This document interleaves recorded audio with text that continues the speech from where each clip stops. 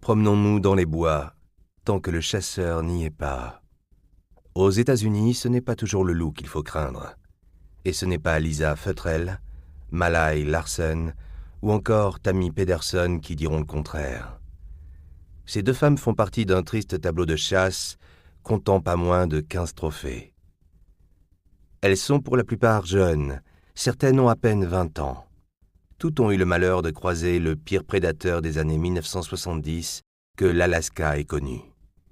Il s'appelle Robert Hansen et il n'a que 44 ans lorsqu'il est arrêté le 27 octobre 1983. C'est le courage d'une rescapée qui aura permis de mettre fin à ces redoutables crimes. Séquestration, torture, viol et chasse à l'homme, ou plutôt à la femme, c'est le modus operandi de celui que l'on surnomme le boulanger-boucher. Ce surnom s'explique par le fait que l'assassin résidait au-dessus de sa petite boulangerie d'Anchorage, une ville proche du parc national. Boulanger le jour, assassin la nuit. Robert Hansen n'est pas un simple chasseur du dimanche, et voici pourquoi.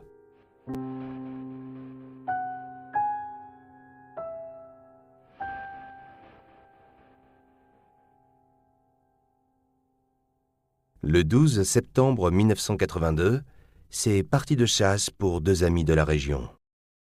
Tous deux sont policiers, et le dimanche, ils aiment se détendre en arpentant la nature sauvage. Biches, sangliers, lapins, lièvres. En Alaska, on s'attend à trouver un peu de tout, mais certainement pas des ossements humains. Les deux chasseurs longent la rivière Knik, un endroit bien connu pour les amateurs de chasse et de pêche. Le gibier y est prolifique. Ce jour-là, ils ne trouvent absolument rien. Et ce n'est pas faute d'être restés tout l'après-midi. En fin de journée, ils font demi-tour. Le soleil est presque couché. Les deux chasseurs aimeraient être rentrés avant la nuit. Ils changent donc d'itinéraire. Pour aller plus vite, ils doivent traverser la rivière en passant par un banc de sable. C'est à cet endroit précis que la partie de chasse va vite tourner à l'enquête policière. Malgré eux, les deux agents reprennent du service lorsqu'ils remarquent une botte.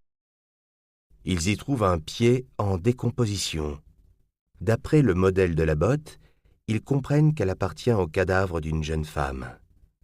Le corps, estropié, ne doit pas se trouver bien loin. Ils alertent leurs collègues. Une brigade de police arrive sur place et inspecte la zone. Les premières recherches ne donnent rien. Aucun corps. Ils décident de tamiser le sable pour trouver de nouveaux indices. Le processus est très long. Ils y passent quasiment la journée du 13 septembre. En fin d'après-midi, ils trouvent ce qu'ils étaient venus chercher. L'indice est une douille d'un calibre 223, un très gros calibre, souvent utilisé dans de puissantes armes à feu. Des bandages sont également découverts, qui ont servi à couvrir les yeux de la victime. Et puis, enfin, il y a le corps. C'est une véritable vision d'horreur. Il est dans un état de décomposition avancé, grouillant de verre. Le médecin légiste peine à identifier la jeune fille. La date du décès remonte à plus de 6 mois. Un appel à témoins est lancé et au bout de 2 semaines, un témoignage permet d'identifier une certaine Cherry Morrow.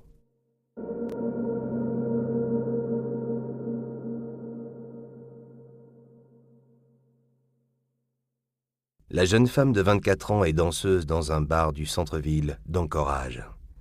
Elle gagnait sa vie en divertissant des clients bien souvent pervers qui ne cachent pas vraiment leur appétit sexuel dévorant. La liste des suspects se concentre donc sur les habitués du bar. Le problème, c'est qu'on ne peut pas arrêter un client sous prétexte qu'il regarde de trop près la culotte des jeunes danseuses. Le patron de l'établissement déclare que Cherry Morrow n'a plus été vue depuis le 17 novembre 1981. Son entourage proche a un peu plus d'informations sur sa disparition. Elle leur aurait confié devoir partir en déplacement chez un photographe qu'il aurait repéré pour faire des essais. L'homme aurait négocié les photos à 300 $, une coquette somme pour la jeune fille qui gagne difficilement sa vie. Les maigres indications qu'ils ont ne font pas avancer l'enquête. Il ne reste qu'une seule solution, interroger les archives. Les cas isolés dans ce genre d'affaires sont extrêmement rares. Rapidement, les enquêteurs sont débordés, tant la pile de dossiers sur leur bureau est haute. Il y a en effet eu, au courant des années 70, quantité de disparitions non résolues. Des prostituées, des stripteaseuses, des danseuses comme l'était Cherry Moreau. Mais la police a à chaque fois rapidement abandonné les recherches. Les filles avaient tout un profil assez instable et n'avaient pas vraiment de relations proches. Certaines avaient même traversé tout le pays pour rejoindre cette région très isolée de l'Alaska. Anchorage, c'est la ville parfaite pour fuir son passé. Début 1983, les enquêteurs lâchent l'affaire, par manque d'indices. On ne trouvera pas d'autres corps par la suite. Le parc national de la région d'Anchorage est immense et complique énormément les recherches. Cependant, quelques mois plus tard, alors que tout est revenu à la normale, les policiers reçoivent des révélations surprenantes de la part d'une jeune femme qui vient d'échapper à la mort.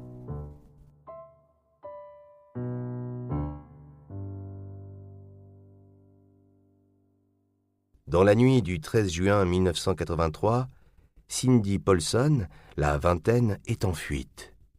Plus tôt dans la journée, elle était en train de faire le trottoir dans une rue d'Anchorage. C'est une fille solitaire qui est en froid avec ses parents. Comme la plupart des autres filles de son âge, elle a quitté le domicile familial pour changer de vie. Une nouvelle vie qui se révélera finalement plutôt sordide. Elle succombe au charme d'un jeune homme qui deviendra son proxénète. Nous l'appellerons John. Sentant sa vulnérabilité, il lui propose de la protéger en échange de quelques passes. Cindy Paulson, dans l'impasse, accepte. Lors de son agression, cela fait déjà 2 ans qu'elle parcourt les trottoirs d'Anchorage, souvent sans problème particulier. Et les rares fois où elle a affaire à un client difficile, John est là pour la protéger. Il se trouve que malheureusement, ce 13 juin, les choses ne se passent pas du tout comme d'habitude. Un homme d'une 40aine d'années l'aborde en voiture. Il a un physique tout à fait banal, porte des lunettes et possède un portefeuille plutôt bien rempli. L'homme lui propose 200 $ pour coucher avec elle. C'est 3 fois son tarif habituel. Cindy accepte et monte dans sa voiture. Lorsqu'ils sont assez loin des habitations, les choses se dégradent rapidement. L'homme s'arrête sur le bas-côté, se penche vers l'un des sièges arrière pour en sortir un fusil de chasse. Il pointe le canon sur sa tempe et lui ordonne de lui obéir sous peine de mort. La jeune prostituée obtempère. Il l'emmène jusque dans une vieille maison abandonnée située aux abords de la forêt. Menottée, elle subit les pires sévices. L'expérience est si traumatisante qu'elle n'arrivera pas à dire avec exactitude tout ce que l'homme lui a fait. Ce qui est sûr, c'est qu'elle a bien été frappée au visage et à la poitrine à plusieurs reprises alors qu'elle se faisait violer. Lorsqu'elle évoque au policier la fellation qu'elle a été obligée de faire, elle demande à aller aux toilettes pour aller vomir.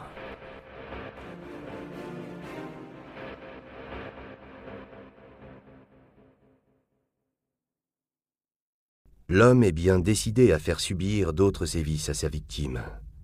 Cindy est emmenée dans un aérodrome. Elle est installée à bord d'un petit avion 2 places. Il est prévu que son bourreau l'emmène dans un chalet isolé dans la montagne pour continuer à s'amuser avec elle pendant plusieurs jours. Il a même prévu des provisions pour l'occasion. Il fait déjà nuit noire. L'homme est en train de charger des caisses de provisions dans l'avion. Cindy Paulson sent que c'est sa dernière chance de s'enfuir. Elle se jette sur la piste et court sur plusieurs centaines de mètres. Arrivée à proximité de la route nationale, elle sent que son agresseur a abandonné la poursuite. Elle distingue au loin les phares d'un camion. Son calvaire prend fin. Le chauffeur routier conduit la jeune femme jusqu'à un motel proche, le Big Timber. Elle emprunte un téléphone et contacte John pour l'informer de la situation. Il lui propose de venir la récupérer. Cependant, elle ne doit surtout pas prévenir la police. Parallèlement, le chauffeur qui vient de la sauver a déjà prévenu les autorités compétentes. Finalement, Cindy Paulson restera au motel pour la nuit avant d'être entendue par les enquêteurs le lendemain. Elle raconte toute son histoire, les détails qu'elle donne, notamment l'épisode de l'aérodrome et du pain béni pour ces enquêteurs qui ne possédaient absolument rien sur l'affaire de ce mystérieux tueur en série. Une patrouille de police est envoyée à l'aérodrome et l'engin en question est immobilisé. Ensuite, il n'est pas très difficile de remonter la piste jusqu'à un certain Robert Hansen. Robert Hansen, le boulanger-boucher.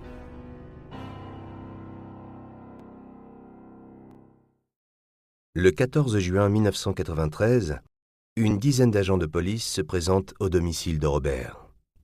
Il vit dans un appartement situé au-dessus d'une petite boulangerie. C'est l'après-midi et le boulanger se repose après sa matinée bien chargée. Lorsqu'il découvre la présence des policiers, il entre dans une colère noire. Que signifie cette mascarade ? L'homme joue très bien la comédie. Il ne cache pas sa frustration d'avoir été dérangé dans son sommeil et refuse d'obtempérer. 2 agents doivent l'emmener de force dans le véhicule. Ce qui devait être un simple interrogatoire de routine pour confronter le suspect aux faits se transforme en arrestation. Robert Hansen passe 1 heure en cellule pour se calmer. Lorsqu'il est enfin entendu, le boulanger leur fournit un alibi imparable. La veille, il a passé toute la soirée chez des amis, et il peut le prouver. Les enquêteurs admettent qu'il doit s'agir d'une erreur et relâchent le prédateur dans la nature. Ils ne le savent pas, mais les agents de police viennent de commettre une monumentale erreur. Un peu plus tard, ce même été, le commissariat reçoit un appel. Au bout du fil, un homme est complètement paniqué. C'est un randonneur de la région qui, durant sa petite promenade de santé le long de la rivière Knik, vient découvrir un cadavre dans un état de décomposition avancée. Lorsqu'ils se rendent sur place, les agents ont une impression de déjà-vu, particulièrement les 2 collègues chasseurs qui ont découvert le pied en décomposition dans la botte l'année passée. Encore une fois, ils retrouvent les mêmes indices, le bandeau pour les yeux et la balle du même calibre. Le corps est celui d'une jeune fille de 17 ans, Megan Emmerich, une adolescente apparemment sans histoire. Il n'y a plus de doute possible. Les autorités d'Anchorage ont bel et bien affaire à un monstre.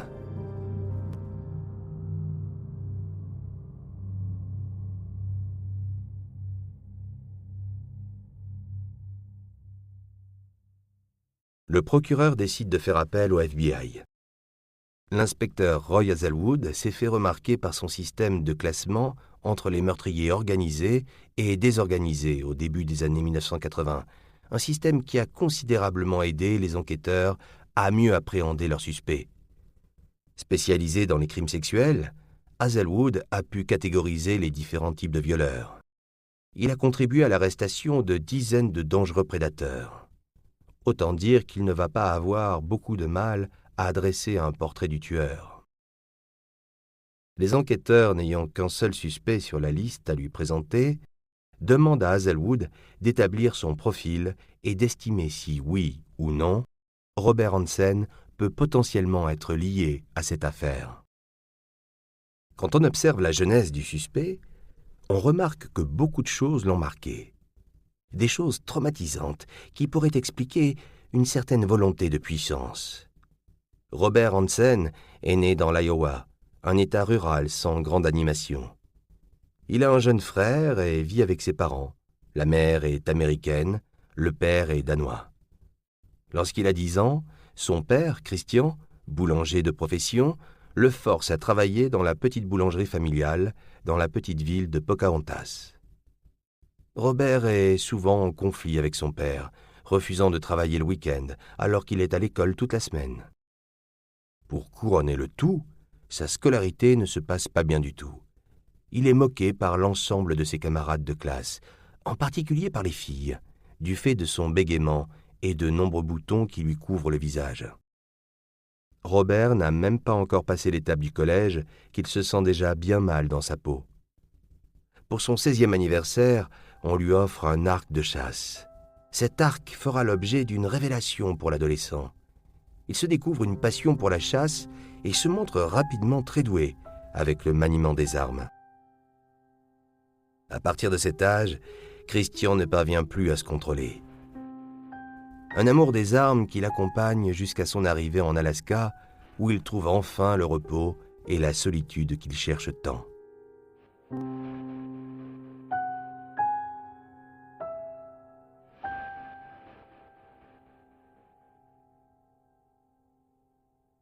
Un solitaire, un homme qui n'a pas eu de bonnes relations avec les filles, un certain désir de vengeance, un passionné des armes à feu et particulièrement de la chasse. L'agent Hazelwood finit par déclarer que Robert Hansen est sans doute le suspect idéal dans cette affaire. Les problèmes qu'il a rencontrés avec l'agente féminine dans sa jeunesse ont créé une certaine frustration sexuelle, frustration qu'il exprime au travers du maniement des armes et de son goût pour la chasse. Par ailleurs, il semble avoir une certaine fascination pour les animaux morts. Dans l'appartement de Robert, les policiers trouvent de nombreux trophées de chasse. Hazelwood estime aussi qu'à un moment donné, Hansen a pu se lasser de tirer sur des animaux, des proies devenues trop faciles. Il fréquente les quartiers malfamés de la ville, à la recherche du gibier idéal, des jeunes filles légères qui, selon lui, ne méritent pas de vivre. Il assouvit ses pulsions et pratique ensuite son activité favorite, la chasse. Et puisqu'il aime tant les trophées, il ne fait aucun doute que Robert détient également des souvenirs de ses victimes. Mais il y a un problème. Robert Hansen avait un alibi lorsque la jeune prostituée est venue témoigner. Ses amis ont confirmé sa présence chez eux le soir même.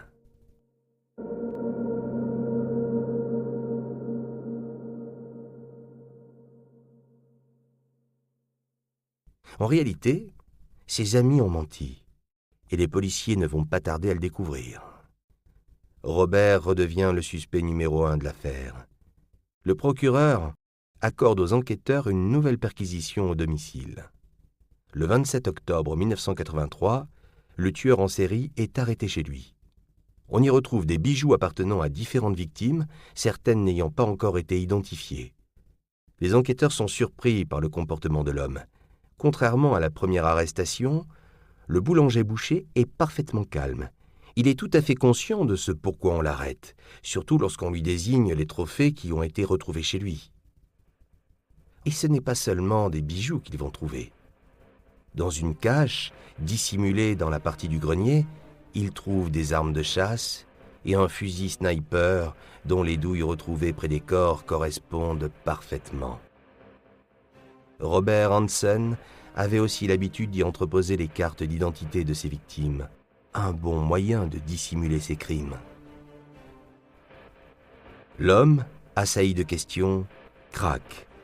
Il avoue tout avec une assurance particulièrement glaçante. Il confirme avoir kidnappé et violé toutes ces jeunes femmes avant de les lâcher dans la nature, les yeux bandés, et de s'amuser à les poursuivre sur quelques mètres pour finalement leur tirer une balle dans la tête.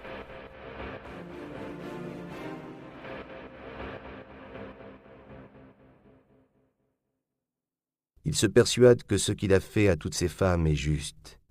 Son but est de nettoyer la ville de la mauvaise graine, jugeant les prostituées comme des moins que rien. Robert Hansen n'est absolument pas intéressé par les femmes de bonnes conditions. Pourtant, parmi les victimes, on y trouve 2 adolescentes de 17 ans, Celia Van Zanten et la pauvre Megan Emmerich, découvertes par le promeneur la même année. Le tueur refuse catégoriquement de reconnaître ses victimes, tout comme il nie en bloc être en lien avec la disparition d'une certaine Mary Thiel. Pourtant, la jeune fille de 22 ans fréquentait le même établissement scolaire que Megan Emmerich, le Seward Skill Center. Sa disparition remonte au 5 juillet 1975, durant l'horrible décennie durant laquelle de nombreuses femmes ont disparu dans la région. Cette date correspond également à la période de remise en liberté conditionnelle de Robert. En effet, durant cette période, il avait déjà été arrêté pour agression à l'arme blanche contre une jeune femme. Lorsque les agents fouillent un peu plus dans le passé de l'accusé pour essayer de le relier à cette affaire, ils se rendent compte que c'est déjà sa 3e arrestation. La première survient en 1960, juste avant qu'il quitte la région. Il est arrêté pour avoir brûlé le dépôt de bus scolaire de sa ville natale de Pocahontas. Comme s'il ressentait vraiment le besoin d'en finir avec le passé qui lui a tant causé de problèmes.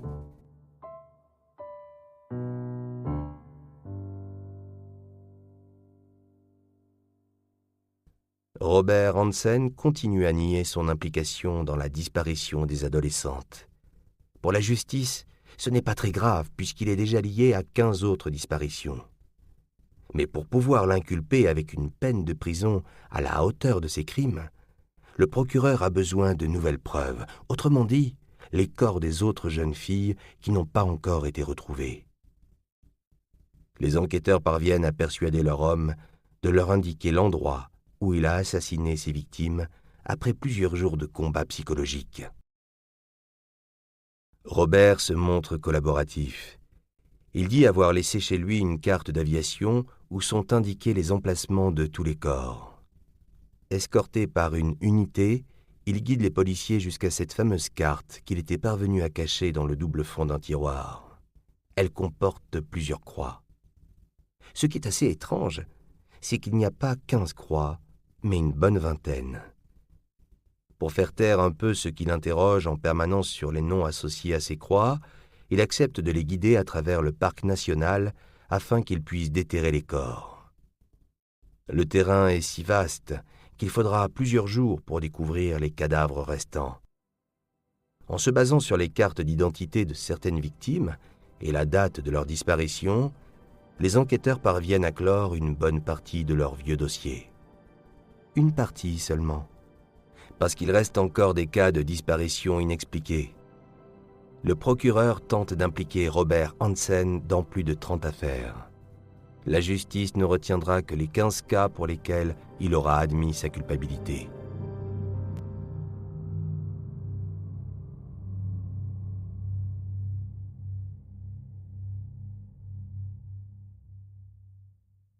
Le procès de Robert Hansen se déroule très rapidement.